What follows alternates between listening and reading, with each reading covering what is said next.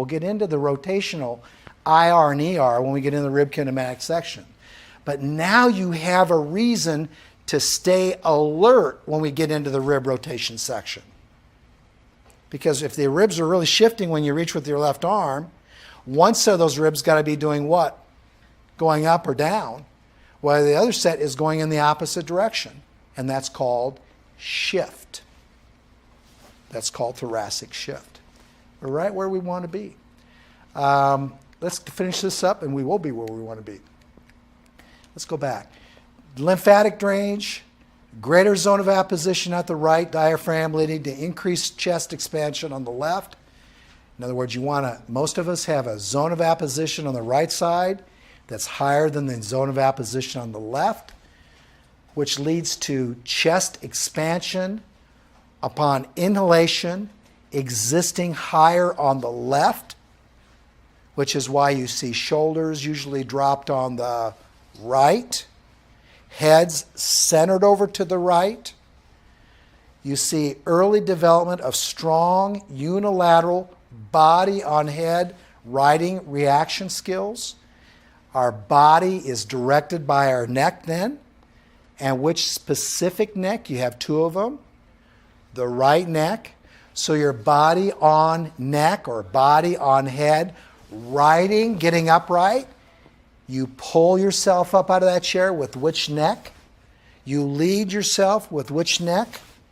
My right neck will want to lead my body more than my left. Putting a program together, Stephanie, where the neck is on, the right SCM is on, and there's activity that's following that neck movement is not going to help dynamic ventilatory shift. What do we want to do with the neck with these programs? Keep it what? Off. You have two of them. Which neck do you really want to keep off? The right. You don't want your right sternocleidomastoid interfering. You don't want your right scalene. You don't want your right pec minor. What do all those things do on the right side for you when your diaphragm is struggling to get air into your chest wall? They're all working to help you. They're all pulling the air in to get it in for you. They're accessory. Jonathan, when they become primary, we got a little bit of a problem, which we'll talk about after the break. So when they become primary, we got a little bit of a problem. Which muscle group is going to become more primary? Which accessory muscle group is more than likely going to become more primary? The right. How many people do you see with right upper trap pain? Right occipital tension? Right numbness? It's going to be the right side. So she has a right unilateral body on head posture. I know it without looking at her. I don't need to dynamically walk her, so I'm showing you a static picture. A static picture means her right shoulder is lower than her left. Her pant leg is up on the left. That doc did not give me enough leg length on that right side. First question out of his mouth, have you heard anybody getting rewarded? He was a nice guy. Do you know any suits that ever were won? Because he's that upset. He's a farmer. He's that upset that leg is too what on the right side? Short. It has to do with the position he's in, both neurologically and functionally. Now, can you see that from back there? Can you? This little guy is from Russia. He is dynamically challenged. He's sitting here. He dynamically cannot shift his rib cage. He's a little PC guy. Both of his muscles in the back, Jonathan, are too what? Tight, hyperactive. His rib cage is up. He has very little room for his poop to actually get through, and he's starving. His mom and dad are saying, why can't he thrive in their Russian dialect? His rib cage is in a state of inhalation, and he can never get in a state of what? Exhalation. Why? Why can this little boy not get in a state of exhalation? He had no other trauma, no other neuromuscular disease, no spina bifida, nothing. Clean. Why can he not thrive? He has no zone of apposition on either side. Well, he might have, but I can't prove that. That's good. What else? What did we just leave? He doesn't know how to shift. He never crawled as a baby. He never creeped as a baby. He never rolled as a baby. Heidi, neurologically, this little kid's living on a reflex. He's operating in a primitive reflex. He never knows, he can't drop it off. He's breathing because he doesn't know how to what? Inhibit reflexes. And the biggest reflex he's got going on right now is this. The sniff test. You know what the sniff test is for? To test the strength of your what? Diaphragm. He's testing the strength of his diaphragm every day because he's holding his breath. He can't get it out. He can't breathe. His ribs are not what, everybody? Shifting. He can't run. He has no legs. He has no butt. See, before I would start saying you have gluteless people, I would say this. Do you have a person that can even begin to develop their butt? Please don't put them on a butt program if they look like that. You just made them more what? Anxious. You just made them eat what? Less. You made them poop what? Less.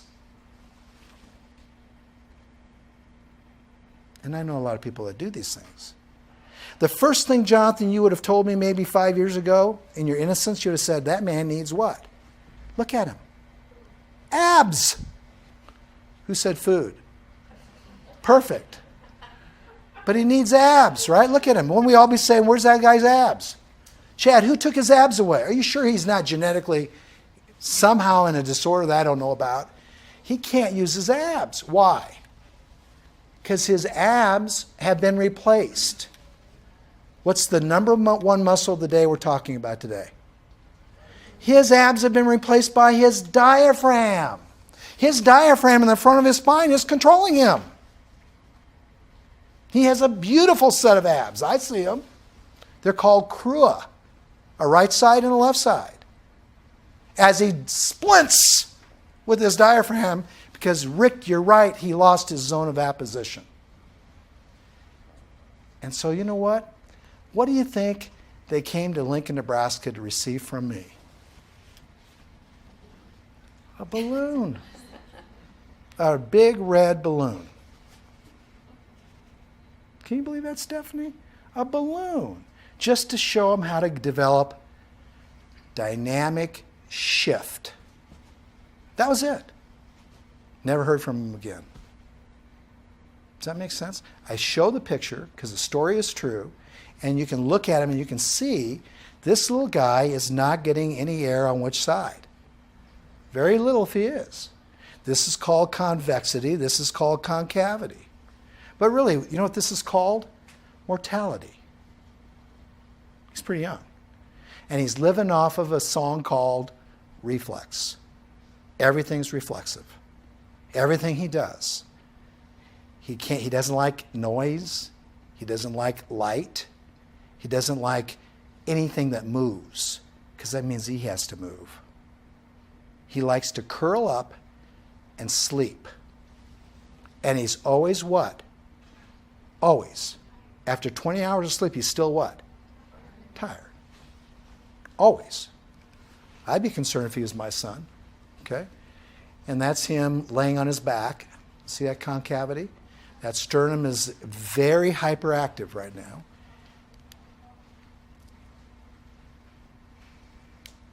That's when he took a breath of air in for me. I said, just breathe in. See, Jonathan, that's a puller. That's a lifter. You see it? He's pulling everything in. He's a little kid. That's a puller. That's a lifter. They grow up. They grow up. Here's an older guy. Same problem this little guy had. Very same problem. Look at his picture. Look at that frame. See that frame? Which shoulder's lower? Okay, look at this guy. Same thing. Chest concavity, chest convexity. Rib cage is flared. His face is telling me, come on, pull, baby. Get as much as that right. Look at that right SCM.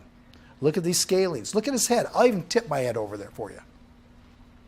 So in summary this morning, I took you through a little in the 2 hours we had, a little history. I went over things way too fast. I'm showing you poor zones of apposition. Thank you, Rick. I'm showing you people that were on this earth in 2 different continents, different ages, with similar stories. They didn't know how, this tall man and a little boy didn't really know how to shift. Athlete, in his hometown, very good, strong athlete. And unfortunately, as he got older, he felt like he was totally out of shape. He feels 90 when he's, late 30s. You understand? That little boy feels 60 and he's 6. See the stories? These people can't breathe. They can't ventilate and they can't reciprocate. They can't shift. And before you put them on a strengthening program or a stretching program, you've got to shut down the demons. You got to demoralize them. You got to think opposite. I've got to make him weaker on one side so he can get stronger on the other. I got to shut down tone on one side so he can breathe without effort. I got to make sure that I think correctly, that I'm going to take the appendages and I'm not going to worry about them. I'm going to put the appendages on when I know that those ribs can do what? Rotate and allow expansion to occur. I got to preserve diaphragm position. That's what this whole first 2 hours was about. Where are your diaphragms? You have 2 of them. Are they in a good position? When you stand on which leg, Kurt? The left. When you stand on which leg, Linda? The right. Because if you can't operate that way, your diaphragms will never be in a good position. And then you got to test it to confirm it, which is what this day is all about. So you can treat it and maintain what you want to drop off. That was a summary of evidence activity that I didn't create. It's been there for years in many different disciplines, many, more than 200-300 years old. I'm just pulling it together for you. We're going to take a break. Are there any questions about anything? Anybody have any questions at all? No, don't be humble. Don't be shy. Did that help this morning so far, Heather, going over that? Do you now know why you're in the seat? Okay. Let's take a 10-minute break, okay? 10, 15-minute break. Thank you.